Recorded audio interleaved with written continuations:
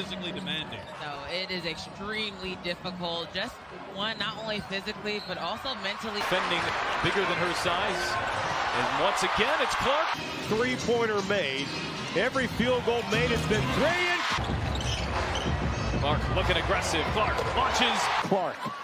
Clark looking to take it around Lloyd. Clark bodies in. And 2 seconds to go. Here's Clark off the screen. The three-pointer is good. Miss there from Lloyd. Clark the fling ahead. Oh, what a dime. And Mitchell. With the fourth fastest pace of play. And that suits Caitlin Clark. In this second quarter, 8 for 8. Clark. All right, what's good, everyone? Welcome to another Live Wire Sports Media, another Indiana Fever update. All right, so I'm bringing to y'all a pretty video today is that we need to talk about Caitlin Clark and her accomplishments, because yesterday they finally dropped the All-NBA for the 2024 season, in which yours truly, Caitlin Clark, has been selected as the All-Star, our first rookie All-Star since 2008 with Candace Parker. Now, that year, Candace Parker won the Rookie of the Year and she won MVP that year. So, but you know, Caitlin Clark was Rookie of the Year this year, getting 66 of 67 of the votes because some idiot wanted to vote for Angel Reese just to stop Caitlin from getting the unanimous. Now, also, Caitlin had received in that she received 52 of the first place votes, 14 of the second place votes, totaling to 302, which she had just as much as Alyssa Thomas, who had 255. Now, she didn't get it. The feature caller and Aja Wilson was the only ones that got unanimous votes on that as well. So, but this is going to show the well-deserved compliments of Caitlin Clark and what she has done for this season. Now, we all heard it from the beginning of the season from Gino Oriamo, who his comments still circling around social media now because Caitlin Clark has done something that he thought she couldn't do, calling her delusional, calling her fan base delusional, said that she was set up to fail, said that she was now she's going to be targeted, which she was targeted. He didn't lie about that. Said that she's going to be targeted by the media, which he didn't lie about that because the media seems like even though she did all of this, they didn't want to acknowledge her. They wanted to continue to insert Angel Reese into the Rookie of the Year, insert other players on the same platform as Caitlin Clark or what they bring into the table. And all Caitlin Clark has done, went out, ball, broke records, and still got her team in the playoff, and still was able to nail down all Rookie of the Year, Rookie NBA, and now the all WNBA for rookie. And she joins a elite club in that manner. I do believe is Brittany Grant. I think it's Diane Taurasi, Tamika Catchings, Candace Parker. I believe it's one more person, and Caitlin Clark is the fifth to whoever did it. So she's in a whole elite company when it comes to that situation, when it comes to that all-star voting. And surely whoever voted her second place could have gave her a unanimous. She's the only rookie that's in there. Who else? You know, and you even got CBS Sports out here talking about it as well, you know, saying, hey, this is it. So this is the first place votes right here. Caitlin Clark got 52 of it, which second team votes, she got 14 of that. which I don't understand why she would get any votes for second team anyway, when you know she's clearly the runaway favorite in that category. I'm surprising that they didn't have the audacity to put Angel Reese up there as a vote to get any vote. That's just, I mean, that's just crazy how it is. But no matter what they have done, what they have tried with Caitlin Clark, she continues to thrive. She continues to succeed. She continues to beat the expectations. No matter how they came at her, she stood tall. She still overwhelmed. Now, some people say, oh, well, this is her welcome to the WNBA moment throughout the year. Well, hell, how many welcome to the WNBA moments she's going to have throughout the season when you started seeing from day one how they was treating her, you know? But she continued to grow and rise above all the hatred that was there. And even though they don't want to acknowledge her, they kept her off the Olympic team when it could have benefited the league in its whole. They dropped the ball on that. And that was a whole topic of conversation. Now, Caitlin Clark, her rookie season, she won Rookie of the Year, All-NBA First Team, WNBA leader in assists, WNBA leader in 3 points, the most assists in a season in WNBA history, the most assists in a game in WNBA history, which we all know that was against the Dallas Wings, 19, which she could have been the first rookie to have a 2020 that game also, along with the most assists. The most points by a guard in a season, where she broke Simone Augusta's record. And then most assists by a rookie in history, most 3 points by a rookie in history, first triple-double recorded, and she had 2 of them this year.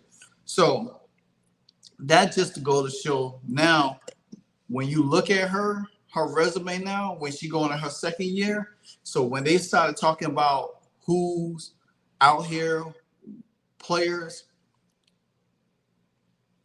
and guess what they're going to say? Caitlin Clark is a top 5 player in the league right now. Bar none. She's a top 5 player in the league right now. Now, this is the selection of the first team right here.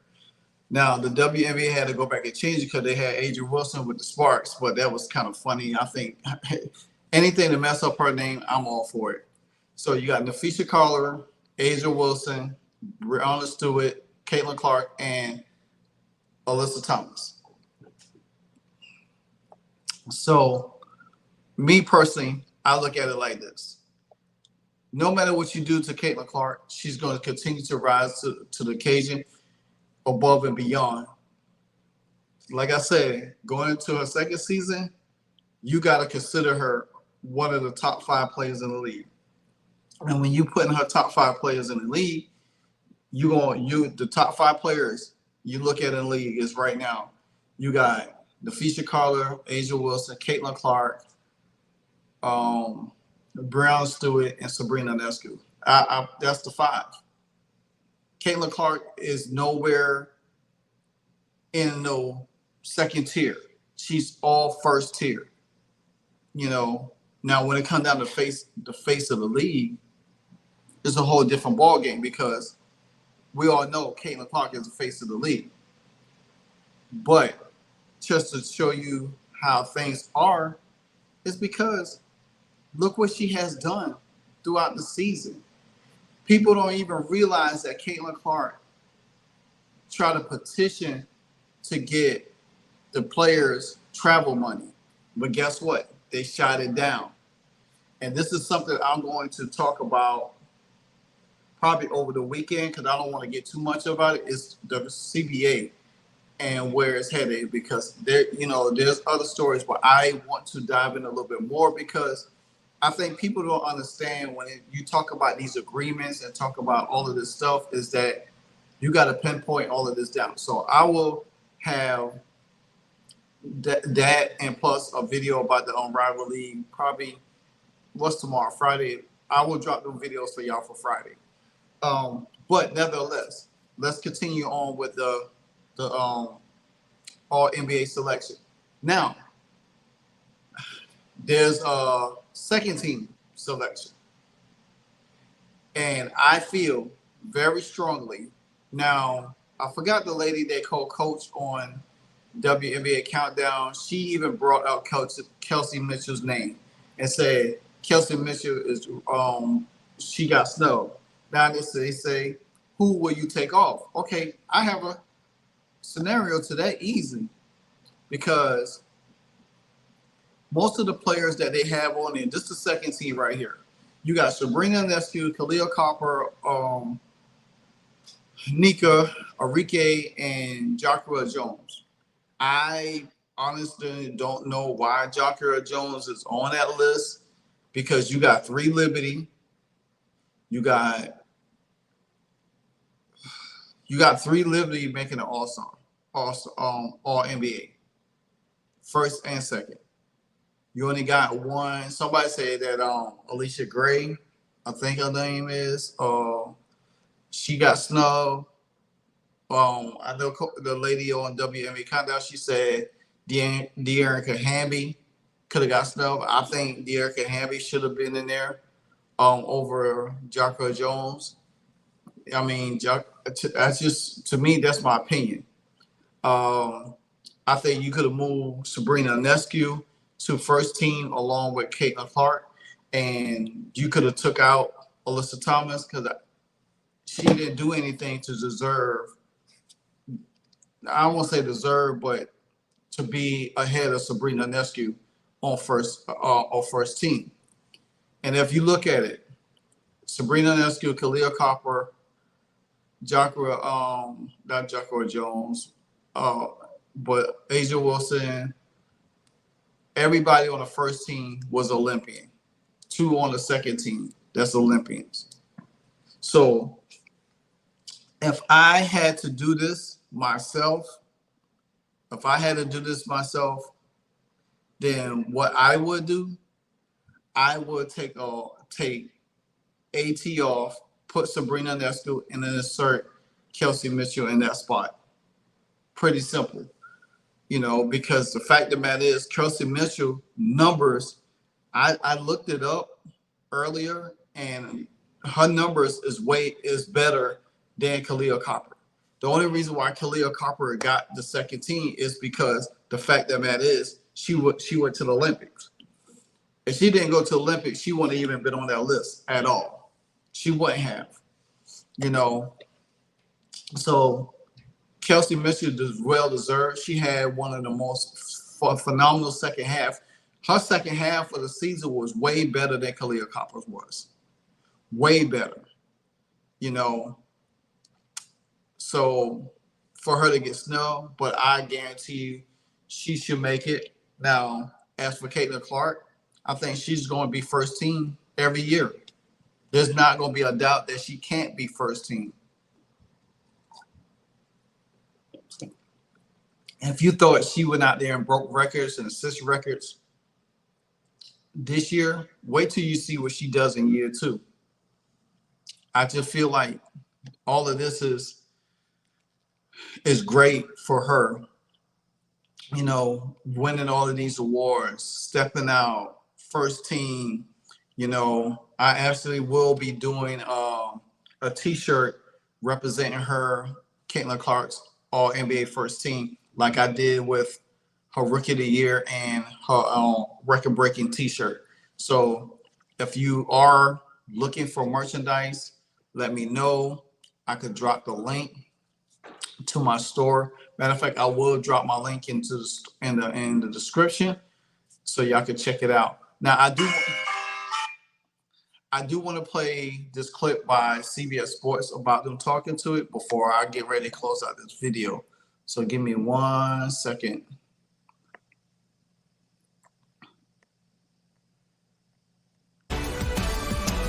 This just in, First Team All-WNBA announced, and Caitlin Clark is the first rookie to make the first team since Candace Parker in 2008.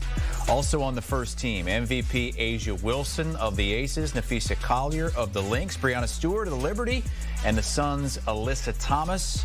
Wilson and Collier unanimous selections. Clark just the 5th rookie all-time to make the first team. Parker, Sue Bird, Tamika Catchings, and Diana Taurasi are the others. Quite the company for Caitlin Clark on the first team.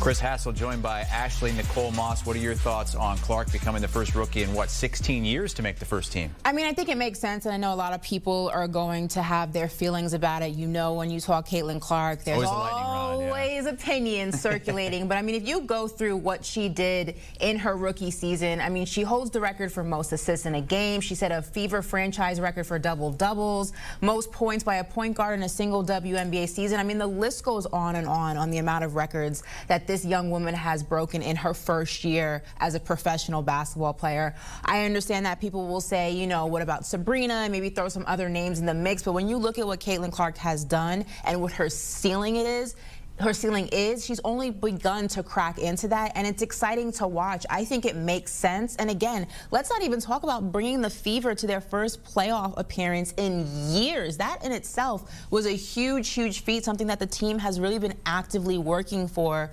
throughout the draft, throughout the offseason. This is exactly what they wanted, and this is exactly what Caitlin Clark deserves. And it's saying a lot going back to the first month of the season or so, especially when we were announcing Olympic teams and all that, because there was a discussion like, is Caitlin Clark one of the 10, 15 best players in the WNBA? And at the time, she was so young in her career, they had such a tough early schedule. You might say no. How was she able to go that far in such a short period of time? I think it just is a testament to her talent, and also I think when people, you know, were talking about it and having those conversations, they were so premature. We're talking about somebody who just got out of college, didn't have any downtime, went straight into the draft, straight into training camp, straight into a regular professional WNBA season, and then had a mini Olympic break. I mean, that's a lot to kind of compile into one time frame, and not to mention when you talk about. Exactly. So you heard what they had to say about Caitlin Clark and everything. And just to run down more information about Caitlin Clark, the other person that was with her doing that, the list she joins Candace Parker, Diana Taurasi, Tamika Catchings, and Sue Bird are the only rookies who ever eclipsed making the first team all in WNBA. So that's a major feat. Now, to me, it's going to be a long shot for any other of the rookies to come out, like Paige Beckers, Juju Watkins, you know what I'm saying? So, like I said, it's going to be a long feat because it took since 2008 to right now. That's a long time. So, and also with Caitlin Clark, she also, you know what I'm saying, she was voted WNBA first team as a rookie. She received 52 of the first place votes, 14 second place votes, and 1 vote left her off the ballot completely. So you know how that is. They find some way to try to snub her of why she should be on there. And some people kind of still poo-poo her game, talk about what she doesn't do enough. But we as Fever fans and Caitlin Clark fans, we know otherwise. Plus, she's won Rookie of the Year. She was 4th in MVP voting and voted top 5 player at an age of 22. So, like I said, Caitlin Clark is a top 5 player in the league. She's not 6th, 7th, 8th, 9th, 10th. She's not 20th. So, Gina Over-Emmer, I said this to say this to you. You should stop talking about Caitlin Clark because she proves you wrong. She shattered your nonsense rhetoric about, you know, that she could not be in the MVP voting, that she would her skill set doesn't translate into the W. See, Gino, you had a chance to recruit her. She wanted to go to UConn. now you're sitting back like, dang, I blew it. But I'm kind of glad that she didn't go and she blazed her own path, because we got to see the talent that she is.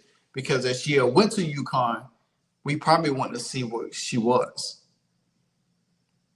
Especially, she could have been there with Paige. Her and Paige Beckers would have been there. She probably wouldn't be able to show her talent the way she was. She probably would have got buried behind Paige. Just saying. So, like I said again, Caitlin Clark well-deserved of this first team All-WNBA. There's going to be many more to come, more records to be broken. And also, I'm looking for Kelsey Mitchell to make, have a strong push for first team and to make second team. She was snubbed. I think Kelsey Mitchell deserved to be second team. Like the Fever had the first time ever had 3 All-Stars at the All-Star game. I'm sure they could have got her there. I'm looking for Leah Boston to try to make second team also, or first team with Caitlin Clark next year. She needs to take another jump to solidify herself, because with everything that Caitlin Clark has done right now, with her, with her bonuses, she notched 10,000 for first team, 5,000 for rookie of the year, all rookie teams 1,000, All-Star 2,000, playoffs 1,000, peak performances for assists. So she collected a lot on top of that with her regular season base. Now that still doesn't push her over 100,000. That's got her like somewhere around 91,000, which is pretty pathetic. Caitlin Clark should be, to me personally, Caitlin Clark should be the only $1 million player in the league right now. By none. I think some of the, like Breonna Stewart and all of them that's talking about more money, I don't think they're worth $1 million. They don't have $1 million worth of gain, if you ask me. But again, let me know what you think about Kelsey Mitchell being snubbed. I think it's a travesty that she got snubbed. I think she should have been on the second team.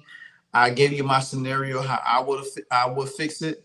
Now, if I had to remove somebody, put Kelsey, it would be Khalil Copper. Like I said, if you didn't want to remove nobody, you could have just dropped off Alyssa Thomas, put Sabrina Ionescu in that spot, put Kelsey Mitchell in her spot. Boom, case closed. But then again, like, comment, subscribe to the channel anytime I drop a hardcore video. And at the end of the video, you know what I always say, you know what it is. Hey, so amazing. You see how they playing? Live wire, it's all about sports and entertainment. You don't want to miss it, so official like you never seen. Keep it going till the whistle blowing from the referee. Everything from highlights and stats. You know that we gotta run it back, whether on the field or the court. You know that this is where it's at. Subscribe, no delaying. This is Live Wire, sports and entertainment. Let's go.